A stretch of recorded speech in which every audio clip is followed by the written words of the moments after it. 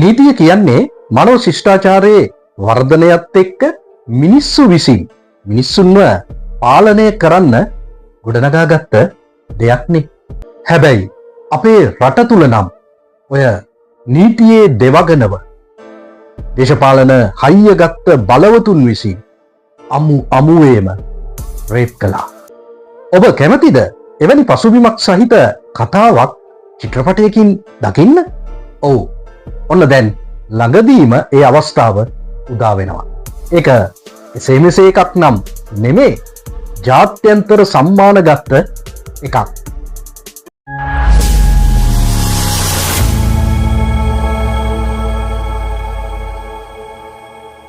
ජාත්‍යන්තර සම්මාන දිනපු ලලිත් රත්නායකයන් අධ්‍යක්ෂණය කළ රිවර්ස්ටන් සිංහල චිත්‍රපටය ඔන්න ළඟදීම සිනමා ප්‍රේක්ෂකයින්ට දැකබලා ගැනීමේ අවකාශය උදා වෙනවා.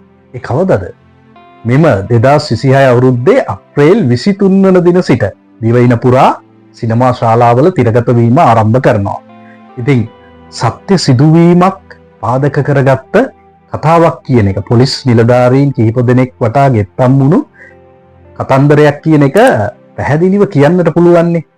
එහෙම කියන්නේ දැන් චිත්‍රපටයේ නිකුත් කරපු ට්‍රේලර් එක දිහා බැලුවාම ඒක පේනවා. ඉතින් ජාත්‍යන්තර සම්මාන දිනාගත්ත ෆිල්ම් එකක්නේ. අපේ රටට විශාල කීර්තියක් අත්පත් කර දුන්න පසුගිය වසරේ 2025 අවුරුද්දේ පිළිබඳව සඳහන් කරනවා නම් දැන් 31 වන කොල්කතා ජාත්‍යන්තර සිනමා සම්මාන උළෙලේදී හොඳම අධ්‍යක්ෂණයට හිමි සම්මානය දිනාගත්තා ලලිත් රත්නායකයන් මේ චිත්‍රපටය වෙනුවෙන්.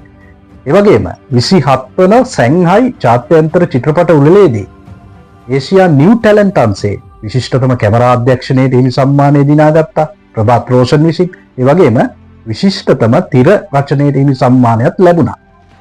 එතකොට වඩාත් වටිනා සම්මාන දෙකක් ලැබෙනවා.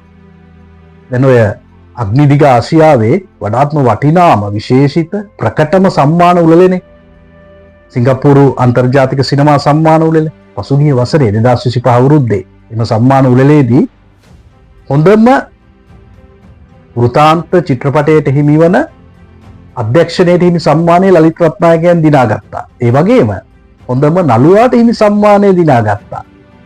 කාටද ලැබුණේ? මහේන්ද්‍ර පෙරේරාට රිවර්ස්ටන් සිනමාපටේ රංගනය වෙනුවෙන්. ඒ විතරක් නෙමේ. වඩාත් සතුටුම කාරණය තමයි අපේ පරම්පරාවේ අද ඉන්න අතිදක්ෂ නළුවෙක් වන රන්දික ගුණතිලකත් එම සම්මාන උළෙලේදී නොමිනේට් වුණා, නිර්දේශ වුණා මහේන්ද්‍ර පෙරේරාත් එක්කම හොඳම නළුවාට හිමි සම්මානය සඳහා රිවර්ස්ටන් චිත්‍රපටයේම රඟපෑම වෙනුවෙන්. ඉතින් හරිම සතුටුයි. කොච්චර වටිනාකමක් එක්කාසු කරපු ෆිල්ම් එකක්ද රිවර්ස්ටන් කියන්නේ. ඉතින් හැමෝම වගේ නැරඹිය යුතු සිනමාපටයක්. හරි අපූර්ව අත්දැකීමක් අනිවාර්යයෙන්ම ලැබෙවි කියන එක විශ්වාසයි හොඳටම. ඉතින් මේ චිත්‍රපටයේ කාස්ට් එක දිහා බැලුවාමත් සුපිරියක් කියන එක අමුතුවෙන් කියන්න අවශ්‍යත් නැහැ. මහේන්ද්‍ර පෙරේරා, රන්දික ගුණතිලක, ඊට අමතරව ශ්‍යාම් ප්‍රනාන්දු, ප්‍රියන්ත සිරිකුමාර, ආනන්ද කුමාරුන් නැහැ. ඒ වගේම ප්‍රබෝධිනී චන්ද්‍රසේන රංගන දායකත්වය ලබා දෙනවා. එතකොට නිෂ්පාදන දායකත්වය ලබා දුන්නේ ප්‍රභාත් රෝෂන් සහ නිමන්ති පෝරගේ, සංස්කරණයේ තිස්ස සුලේන්ද්‍රගේ. චාලක යසස් පෙරේරා තමයි සංගීත අධ්‍යක්ෂණය සිදු කරලා තියෙන්නේ. ඉතින් චිත්‍රපටයේ නරඹලම හොඳ පුළුල් රිවිව් එකක් අනිවාර්යයෙන්ම ගෙන එන්නම්.